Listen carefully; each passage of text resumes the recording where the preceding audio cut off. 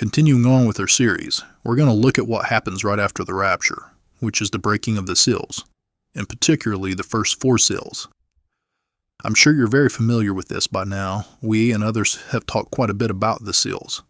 As such, you know the first seal is the Antichrist, and that's what we're going to focus on in this part of the series.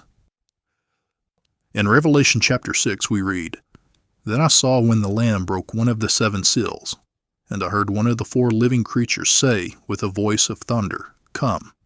I looked, and behold, a white horse, and one who sat on it had a bow, and a crown was given to him, and he went out conquering and to conquer." We know that he is somewhere behind the scenes right now. And while we know it doesn't do any good to try and identify him right now because he won't step out from behind the shadows until after the rapture, it would be disingenuous not to admit that our radar is at least up whenever we see a world leader starting to match the criteria of the Antichrist that we read in the Bible. While we won't know who he is until after the rapture, the world is certainly being prepared for him right now in a very clear and tangible way. And while we don't have any way of knowing when all the preparation is complete, outside of the rapture, what we can see right now clearly tells us that we are at least at the back end of that preparation, if not the very end. Obviously, a number of things will happen at the point of the rapture. One of them is that all the believers will be removed. But also, the rapture will be the single greatest gospel-spreading event since Jesus was here the first time. Countless people will turn to Jesus throughout tribulation. Many will be martyred, but there will be a multitude that turn to Jesus after seeing the rapture. In Revelation 13, we are told this about the Antichrist. "It was also given to him to make war with the saints and to overcome them." Now, of course, here is where I would point out that this war will begin the moment the Antichrist steps onto the scene, so after the rapture. However, I think in the past few months, we've seen such an intensification to the point that this war that he is going to wage on the saints is just about to begin. GBN Tonight with me, Martin Daubney. Now, the Labour-ran Rushmore Borough Council has sparked outrage by proposing a sweeping injunction that could see Christian street preachers imprisoned for up to 2 years. And if the injunction is breached, now over claims of causing offence or distress. Now, under the proposed terms, Christians will be banned from praying for individuals, handing out religious leaflets or Bibles by hand, and laying hands on people in prayer. Christianity is the most persecuted religion in the world, with numbers rising every year. According to Open Doors, an organisation that tracks these figures, more than 380 million Christians are suffering high levels of persecution and discrimination for their faith. And on the extreme side of that persecution, they've recorded 4,476 Christians that they know of that were killed for their faith last year, though undoubtedly those numbers are much higher. We often don't hear about a lot of these stories. The level of persecution of Christians is indeed increasing, with it even being considered a crime now in the UK to sing a church song outside of a church building. Take a look at this interaction with a police officer in the UK. Religion you're allowed to do anywhere. No, miss, you're not allowed to sing church songs outside of church grounds, by the way. You're not allowed to sing church songs outside of church songs or church you're not allowed grounds. That's fine. That's you're fine. not allowed. She just said you're not allowed to sing church songs outside of church. Our church outside of church grounds, unless you have That's you've been authorized no. by the church to do this kind of song. He's not saying anything anymore. Are you saying that you don't care about the Human Rights Act? You're lost? Nice little Baphomet tongue she stuck out there at the end. Apparently that's appropriate behaviour from police officers. One of the places we don't often hear about, but a place that experiences extreme levels of Christian persecution, is India. This article today comes to us from Western Journal. It says new anti-conversion law in India leaves Christians vulnerable to attacks. The Indian state of Rajasthan just passed a new bill against religious conversions, prompting a renewed wave of mob attacks against Christians. The bill, known as the Rajasthan Prohibition of Unlawful Conversion of Religion Bill, was passed on September 9, according to the Christian advocacy group Open Doors. It says any voluntary conversions now require local authorities to approve them, and unauthorized conversions can produce prison sentences and the equivalent of nearly $30,000 in fines. Residents could also have their homes confiscated or demolished as a consequence of their conversions. The story gets even worse from here. The advancement of the bill has emboldened Hindu nationalist mob violence against Christians, and 5 attacks have already occurred since September 9th. Adherents to Hindutva, a political ideology centered on establishing the political dominance of Hinduism in India, broke into a church service on September 21st, accusing the pastor of forcibly converting people, according to Open Doors. They started assaulting parishioners who defended him, putting several of them in the hospital. Police then imprisoned the pastor instead of the mob.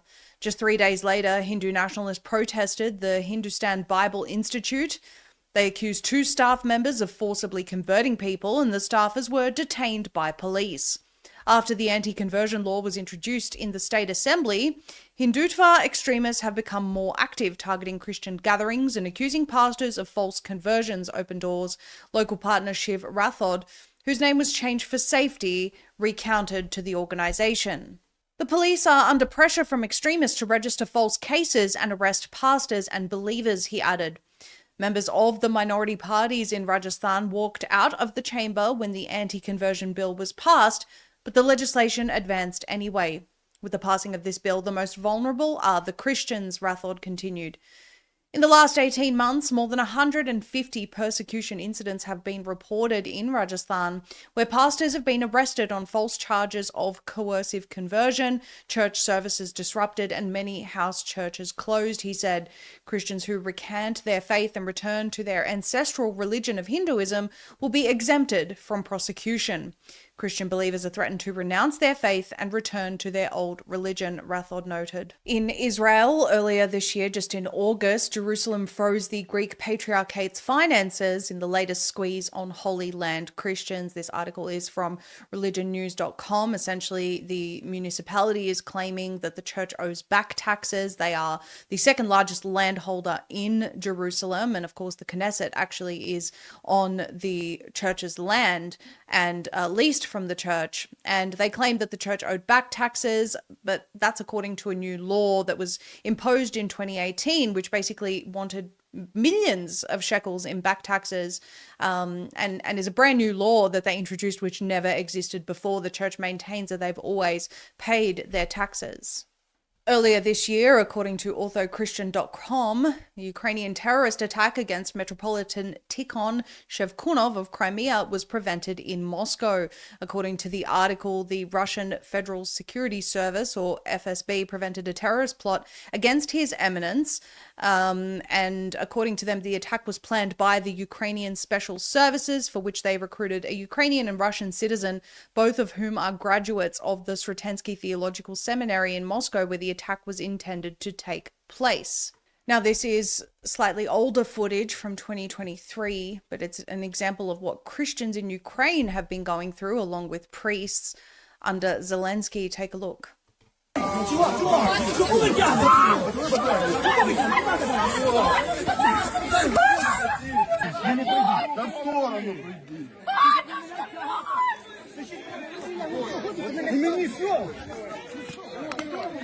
Бабушка! Тихо, тихо, тихо, тихо, тихо, тихо. Бабуля,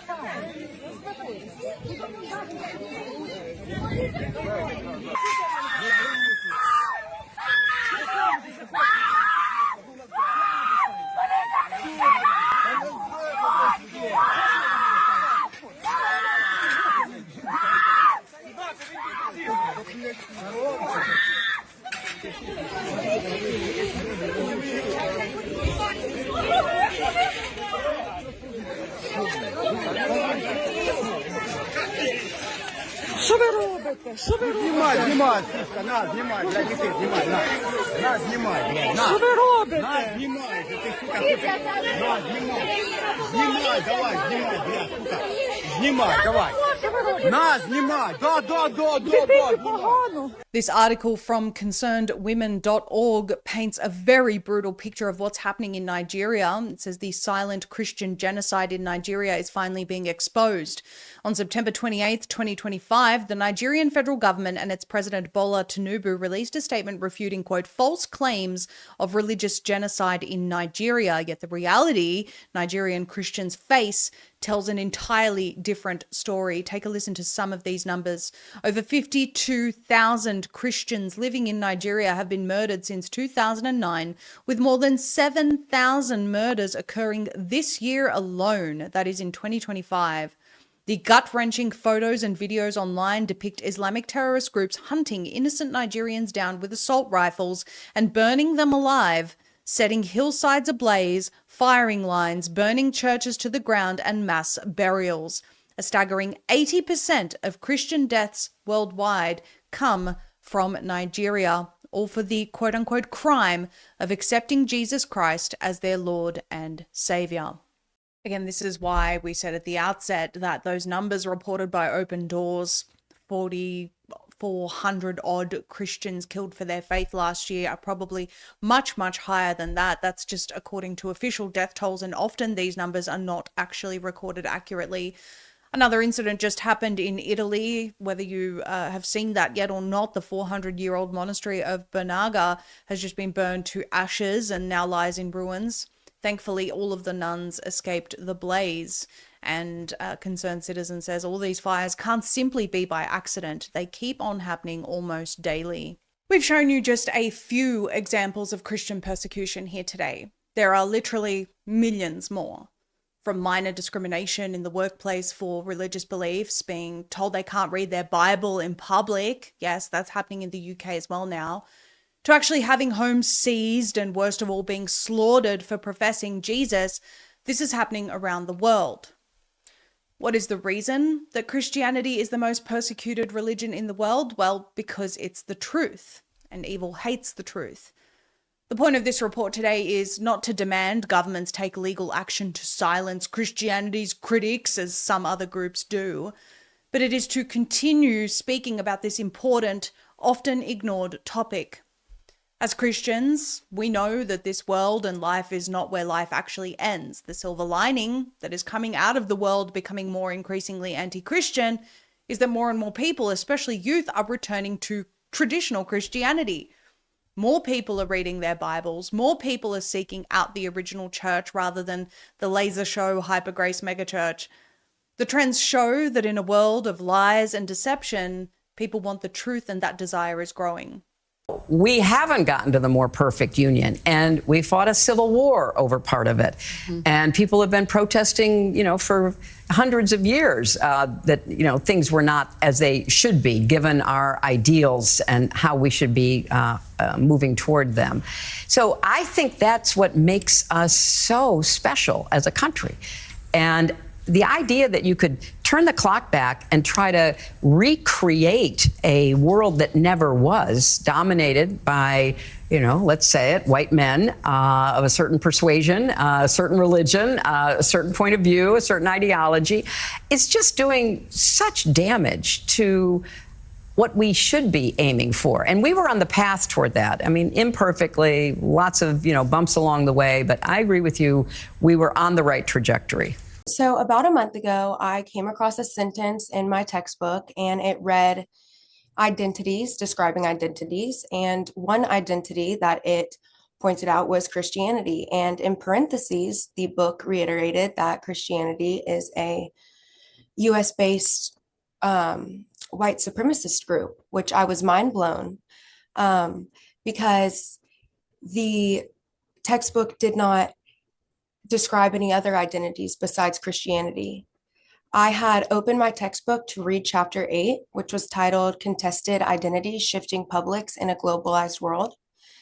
The way it was worded, it listed several marginalized groups, but then only called Christians to be white supremacists. But the scariest thing is that the book was written in 2007. Therefore, this has been shared for almost 20 years, and it was never questioned.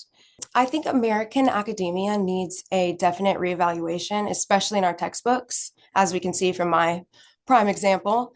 The books hide underlying propaganda, in my opinion. It seems as if they are innocent, but in reality, they know what they're doing and trying to push on their students. Middle of all of this, something else happened around free speech, something nobody seems to be talking about, happening in the background while none of us are paying attention. The bluest state in the country, California, just passed the most censorious bill ever to be introduced in this country, SB 771, passing the Assembly on September 10th, 10 days ago, then on September 16th, passing the Senate completely under our noses, which means right now, all that stands between complete statewide government censorship is Gavin Newsom's signature. Now, am I exaggerating about how bad this bill is? No, I am not. Here is the actual bill. You can pull this up yourself on the state's website. The bill's called SB 771. It's called Personal Rights Liability Social Media Platforms. In Section 2, Title 23 of the bill, it defines the penalties for breaking this new California law. If you post something on social media anywhere online that the state of California deems to be hateful, there's a penalty for that reckless violation, a civil penalty of up to $500,000. For an intentional, knowing, or willful violation, a civil penalty of up to $1 million. That is the definition of the state controlling speech, folks, not what Trump just did. We don't like what the FCC chairman happened to say on Benny Johnson's show, but there's a huge difference between that and real government censorship. And what type of speech is California trying to police here? Well, let's read from the bill. It says, this bill protects against online harassment, particularly when directed at historically marginalized groups. Which means what? If you were to, I don't know, point out who the Kavanaugh assassin is, which we all just learned about this morning in this new court filing, if you were to say who that person is, would you be fined $500,000? Pretty frightening. All of this happening in the midst of the media and Democrats, Barack Obama, Kamala Harris making hay out of Trump trying to attack the First Amendment. Meanwhile, the state of California is actively passing UK-style laws that will fine you for saying the wrong thing. Pretty wild. And this bill is completely done, folks. It's passed in the House. It's passed in the Senate. All that's left is Gavin Newsom signing it into law. I think it's accurate to say that this war has just begun, and its general is about to step in and prosecute it. From this alone, I think we could make some bold assumptions, but let's look at the next thing first. And as we do, keep this in mind. Last year, the UN ratified a bill that made it the global government. They can't enforce it yet, but they're certainly trying to. This does also mean that a move to Europe is in its near future. Now, we've covered this in previous podcasts, so like I said, I'm not going to cover the same ground that we've covered before. I only bring this up because it's important to remember as we move forward. In Revelation 13, we read, "And authority was given to him over every tribe, people, language, and nation." For anybody who is not truly up on digital IDs and why this is so important, can you explain what digital ID means if we begin to implement them? Yeah, well, digital ID is really the linchpin to, the sustainable development goals, as well as this mass surveillance paradigm that's being sold to us by oligarchs on the left and the right. It would be your unique identifier for the digital world. The goal is to have it be the way for you to offer your credentials to every service that you access, period. Everything ranging from healthcare to telecommunications, your social media accounts. And as things become increasingly digitally connected, perhaps even your appliances, if they're smart appliances at some point, won't function without you having the proper credentials to show that it's you. So ultimately, if people want to fight against this mass surveillance paradigm and these efforts to usher us into a very dark, I would argue, a technocratic future, the most important thing is to not comply with digital ID, because it's the single most important piece of infrastructure that they need. And they need us to voluntarily consent, because even if they roll it out it will fail if people decline to use it. So ultimately, so much effort is being spent on convincing us to adopt it. I do believe we're just at the beginning of the tokenization of all assets, from real estate to equities to bonds across the board. very loud here. It is very loud. But it's good. Capital's at work, Larry. You like that. I love capital at work. Yeah. But there's $4.1 trillion of money sitting globally in digital wallets. A lot of that money is outside the United States. If we could tokenize a ETF, digitize that ETF, we could have investors who are just beginning to, invest in markets through, let's say, crypto. They're investing in it, but now we could get them into the more traditional long-term retirement products.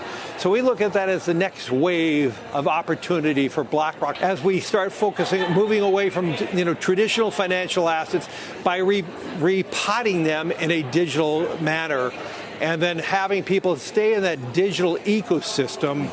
They can have their cash, and we have the largest cash money market fund that's tokenized called BITL. Our Bitcoin IBIT is now over $100 billion. $100 billion, I know, from nothing not that long ago. And 2 years ago, zero. Yeah, so I know. Many skeptics warn that a digital ID is the end of democracy as we know it and an irreversible step into a dystopian future of firstly no cash, just a digital currency controlled by governments, potentially leading to a Chinese-style social credit system where government has the ability to control and restrict every single aspect of your lives, from where you go, how you travel, your health care, what you eat, control over your spending habits, a veto over your job prospects, and so on. On your screen is the World Economic Forum's graph on how a digital ID is central to controlling every part of an individual's life. Financial services, food and sustainability, travel and mobility, e-commerce, social media and telecommunications, it's all there. And of course, every aspect of your healthcare. Digital ID schemes potentially give absolute powers of surveillance and control over every aspect of your life to unelected bureaucrats, unscrupulous politicians, and greedy governments and corporations. If you don't think future authoritarian governments of whatever persuasion won't use these powers ruthlessly and mercilessly, then you must have been fast asleep during COVID QR codes and vaccine mandates. According to an opinion piece in LifeSite News, the reality of digital identity is not about curbing illegal immigration. It has nothing to do with securing jobs, and it most certainly isn't meant to protect youth online. They say digital ID is the linchpin of the United Nations push for a global surveillance state. Aman Jabi is a former Silicon Valley video and camera design whiz kid. He's now turned whistleblower on the dangers of where big tech, along with big government, want to take us. Facial recognition will be used to unlock your digital identity, which is going to be a tool of control for the agendas that are coming down the pipeline. The plan is to pretty much lock up humanity in smart cities, which is kind of a superset of a 15-minute city. Water management is about water rationing, noise pollution is about speech surveillance, traffic monitoring is about limiting mobility, and then, of course, energy conservation is all about rationing heat, electricity, and gasoline. Keir Starmer is currently trying to introduce the UK's digital ID by making it mandatory if you want to work and pretending it will solve Britain's immigration problems. The public aren't buying it. But what could be a better way to trick the public into getting a digital ID than by linking it to restricting under 16-year-olds from social media? Suddenly you're doing the right thing for the kids. And don't worry if it's a tad inconvenient. What with facial recognition and stuff, you'll soon get used to it. I believe that over time, facial age estimation, liveness tests, and other forms of age assurance will become normalized as well. Different people at different ages will have different levels of comfort with things like taking selfies or using biometrics or even digital ID. Even Mr. Bill Gates and Tony Blair recently said that if you don't have a digital ID by 2028, you will be isolated from society. We need to stop letting these narcissistic creeps make decisions for humanity. Every country struggling to find that boundary. The US is a tough one because, we have the notion of the First Amendment, and because you're anonymous online, it can be worse. I do think over time, with things like deep fakes, most of the time you're online, you're going to want to be in an environment where that people are truly identified. That is, they're connected to a real world identity that you trust instead of just people saying whatever they want. The idea of provenance, who sent me this email, was that really them?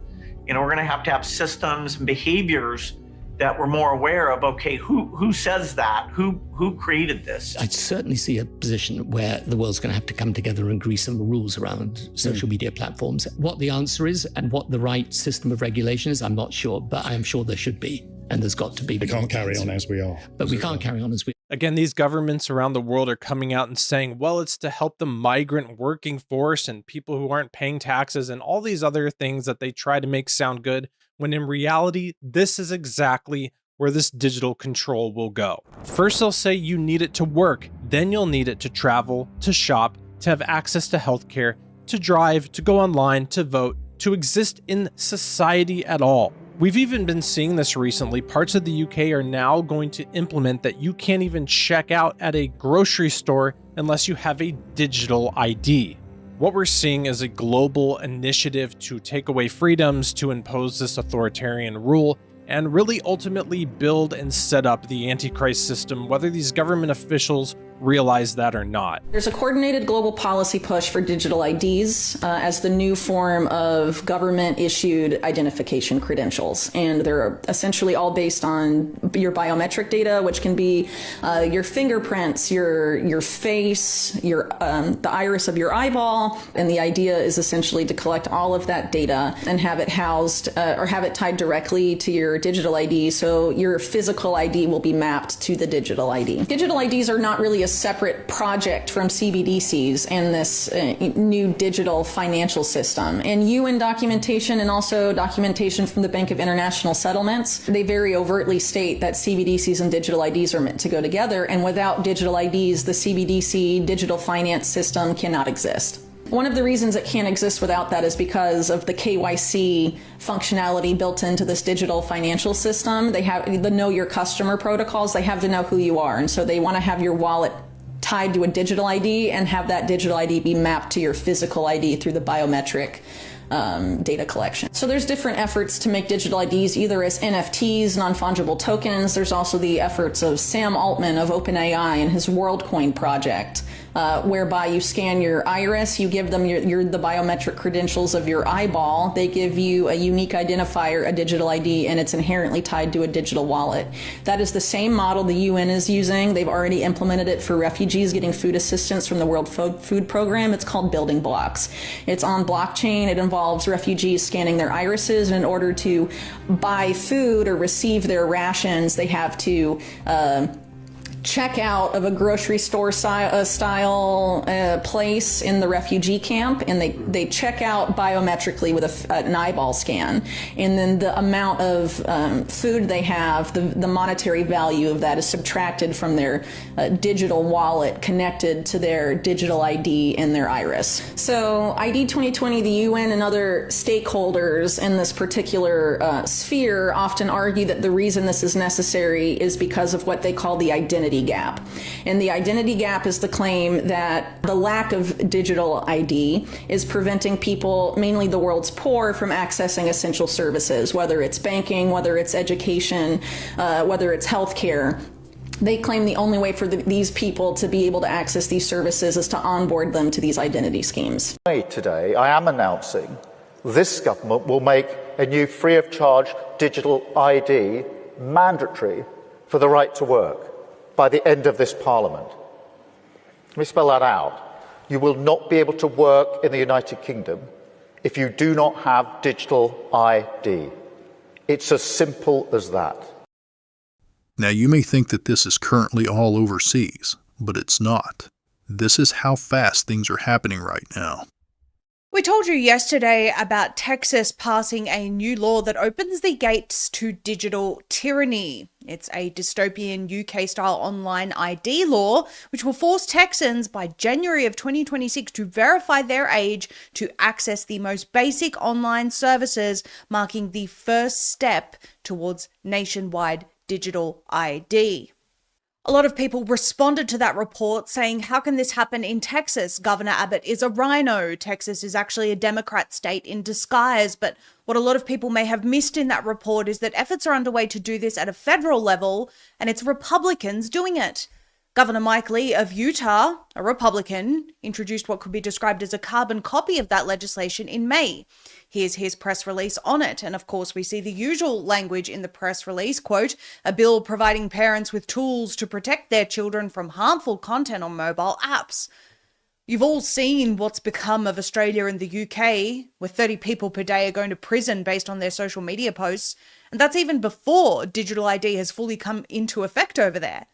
All of this is sold as protecting children from online harms, but, as we've said many times over, this has nothing to do with children and everything to do with adults linking their ID to their online activity, making them easier to punish under a social credit system which comes later on once a digital ID is in place. So as is always the case with press releases like this and people involved, there are representatives from organizations like the Digital Childhood Alliance, for example, which probably really genuinely do want to keep children safe, and maybe they don't even see the risks involved in something like this.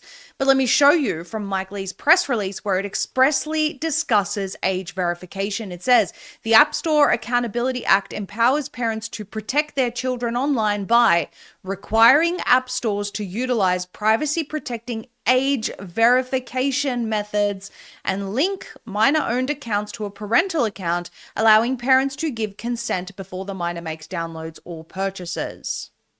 Another mention of that language there, providing a safe harbor for compliant app stores. Platforms can meet minimum standards by offering tools like secure age verification, parental oversight, well, that's up to the parents. We don't need the government to enforce that. And accurate app age ratings, it says. We want to also show you the press release from John James, who's apparently favored to win the Open Michigan Governor's Contest, polling shows. That was from the Daily Caller. But here's his press release on the landmark App Store Accountability Act from May of this year. And you can see in his press release that it clearly says, specifically, the App Store Accountability Act would require age verification for access to App Store ID, require parental consent for users under 18 using app stores, link devices of minors on app stores to parents or guardians, and establish enforcement mechanisms for violations of this act. Apparently, this is a way to empower parents and protect children and hold big tech accountable. Okay. John James has provided a link to the bill on that press release, and we want to show you a few very alarming things from that bill. First of all, again, this is purportedly safeguarding children by providing parents with clear and accurate information about the apps downloaded and used by their children, and to ensure proper parental consent is achieved, and for other purposes. Yes, the other purposes is what we're actually interested in here. On page 7 of that document, under App Store obligations, it says each covered App Store provider shall, at the time an individual creates an account with the covered App Store provider, A, request age information from the individual, and B, verify the individual's age category using a commercially available method or process that is reasonably designed to ensure accuracy. So how exactly do you determine someone's age or proceed with age verification without obtaining that person's government-issued ID or getting that person to submit to biometrics, which is another form of digital ID, of course? And they say in here that if the age verification method or process determines the individual is a minor, they need to require that the account be affiliated with a parental account and obtain verifiable parental consent from the holder of the affiliated parental account before allowing the minor to download or purchase an app or make an in-app purchase. So parents may say, well, that's actually a good thing. I'm happy about those safeguards. I want to be the one that presses the button to say that my minor can or cannot access this app. First of all, I agree with you. I don't agree that the government should be the one dictating that. But let me ask you, concerned parents, First of all, are you comfortable with big tech companies through some unknown, unspecified, very ambiguous age verification process that isn't specified in this bill, which is exactly how Australia did it, and now they're admitting digital ID will be used for this. But are you comfortable with this unknown, unspecified, approved third-party provider collecting your child's biometrics and then determining that they're under 18? And furthermore, how exactly do you plan to prove that you're a parent that's over 18 that is someone that can verify that your child is allowed to use this app? Well, that will require your identity, your biometrics, in order to verify that you're over 18 and that you are someone that is able to give consent. Not only that, but that you digitally log that you are the parent of this child. Are you comfortable with big tech or some unknown third party managing that process? And it does say here, by the way, on page 12 that restrictions apply and that an app developer may not share age category data with an unaffiliated third party that is not a service provider or processor. Again, who are these service providers or processors that will be responsible for collecting your biometric data, your child's biometric data, your ID? Nobody really knows. But let me show you exactly how this went down in Australia. That was the same language, almost verbatim, that Australia used in their under 16 social media age ban when they were talking about age verification. And also, by the way, very, very ambiguous language when they first introduced digital ID. But here is a recent clip where the eSafety Commissioner was being asked about whether digital ID could be used as an age verification method for complete control of what adults do and say online. Take a listen. There's obviously a lot of concern about digital ID. Clearly the legislation, because of our amendments, we talked about, bans the use of digital ID. Yes. But and what's to stop one of these platforms asking for someone's ID, digital ID? Well, they can ask for digital ID as one form of age assurance, but they cannot only use digital ID, and it cannot be the last, say point of call if there is let's just say if there's an appeal or if there's a refusal. And the idea is there that you shouldn't be able to force anybody to use their digital or government ID if they're not comfortable. So there have to be alternative means that are offered by the platform. So given the legislation prohibits the use of digital ID, what It does not prohibit the use of digital ID.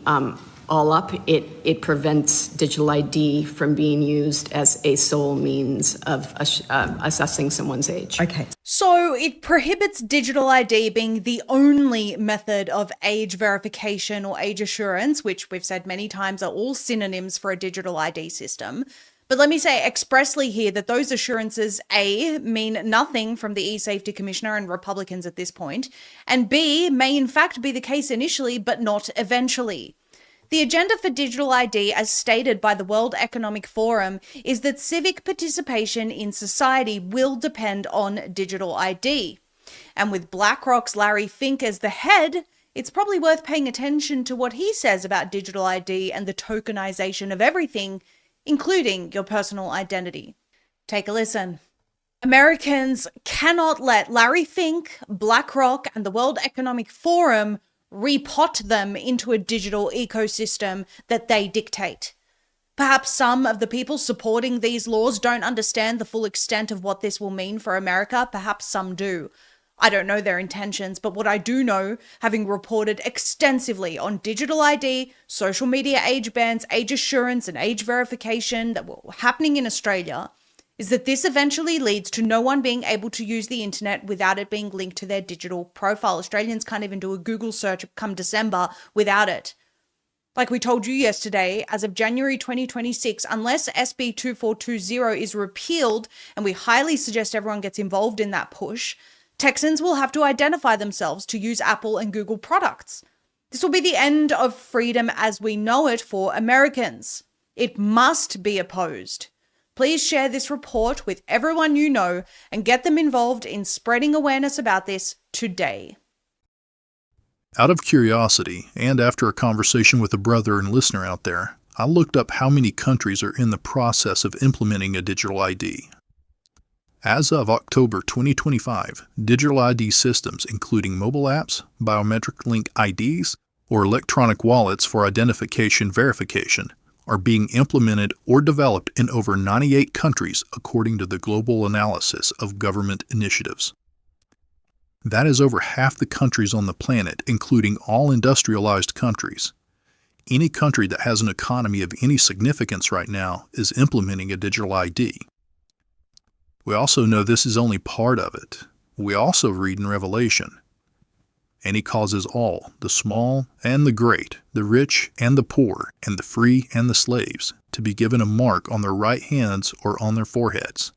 And he decrees that no one will be able to buy or to sell except the one who has the mark, either the name of the beast or the number of his name." Now, it's important to understand that the mark is not the control system itself. The mark will sit on top of that control system. The control system will be the digital ID in the CBDC, and the mark won't come onto the scene until the midpoint of tribulation. It will be able to electronically hold your digital ID, so it no longer has to be on a phone, but that's just part of making it mandatory. The mark will be taken as an act and a sign of worship of the Antichrist, and it will also have a CRISPR-Cas9 component that will change your DNA. For us, right now, the mark isn't the most important thing. It's still to come, and we won't be here for it. What's important is the control system and its technology, and it's being implemented right now. My chief concern, if you look at what AI is good at, AI is very good at simulating anything that can be expressed mathematically. And of course, the thing we all know can be expressed mathematically are our financial transactions. And the reality is, if I can track you closely where you're going and what you're doing, and I can get you on programmable money, which can be turned on and off, then I can start to use AI and surveillance systems and algorithms to basically manage and control your behavior. So if I want you living in a 15-minute city, your money won't work beyond the 15 minutes unless you do what I say. So we have a wonderful woman who runs our Team Cash, and she says, you know, what are you going to do when they show up and say, either you transgender your children or we're going to turn off your money? So what we're talking about doing is building a system that will allow you to be surveillance and tracked and turn your money on and off, or incentivize you or penalize you in a variety of ways with your money that can be integrated with your behavior. So once you add programmable, all this stuff looks great, and there are many wonderful applications in theory, but when you integrate it with a digital ID and programmable money, then you're talking about complete control. And let me tell you why that's a problem. If you look around the world today, we are watching many different divide and conquer tactics used to cover up the real problem. Right now, we are in a political war between the mega rich and everybody else. And the question is, if you're the mega rich, how are you going to control the many when you are few? The way you're going to do it was with programmable money, but programmable money doesn't click in and work well unless you've got everybody on the grid. You need to be able to track them. You need to be able to watch their behavior. You need to be able to influence their behavior.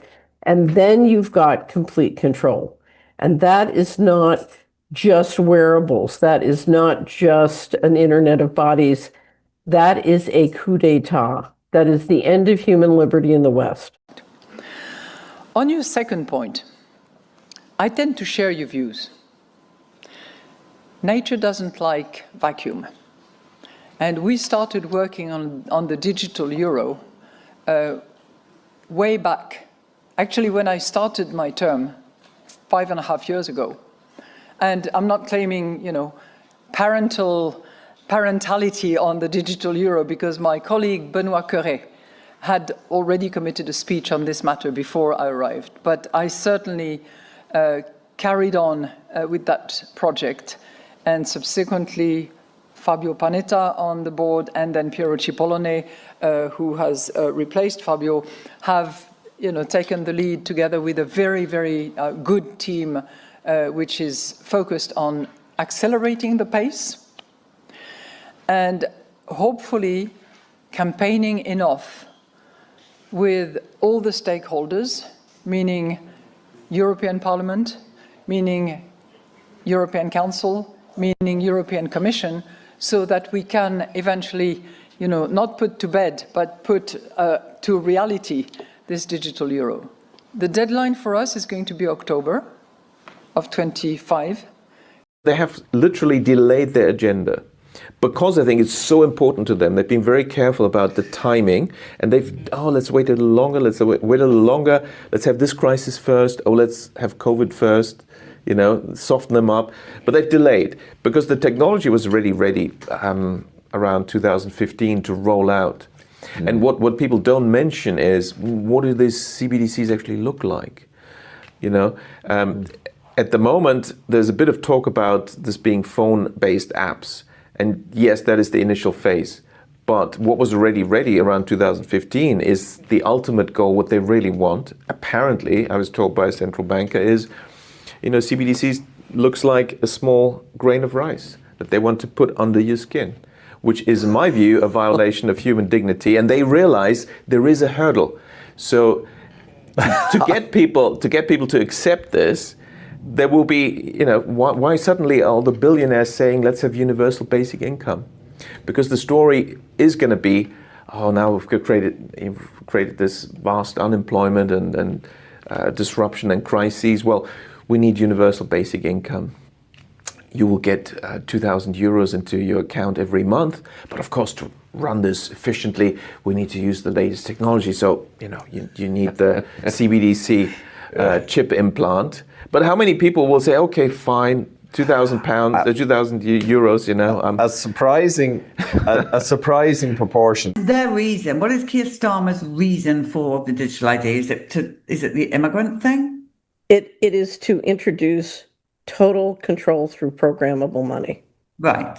So instead of introducing CBDC, we're now going to introduce stable coins and other privatized versions of CBDC that are programmable with money. So you can't have a complete control grid unless you get a digital ID and an all digital financial transaction system. So that's why you want to kill cash, and that's when you want to require people to have a digital ID, and that requires them, among other things, to have a digital smartphone or other mechanism that will ensure that you can do both the programmable money and the digital ID system. So you're trying to get all digital and everybody with the equipment to play digital.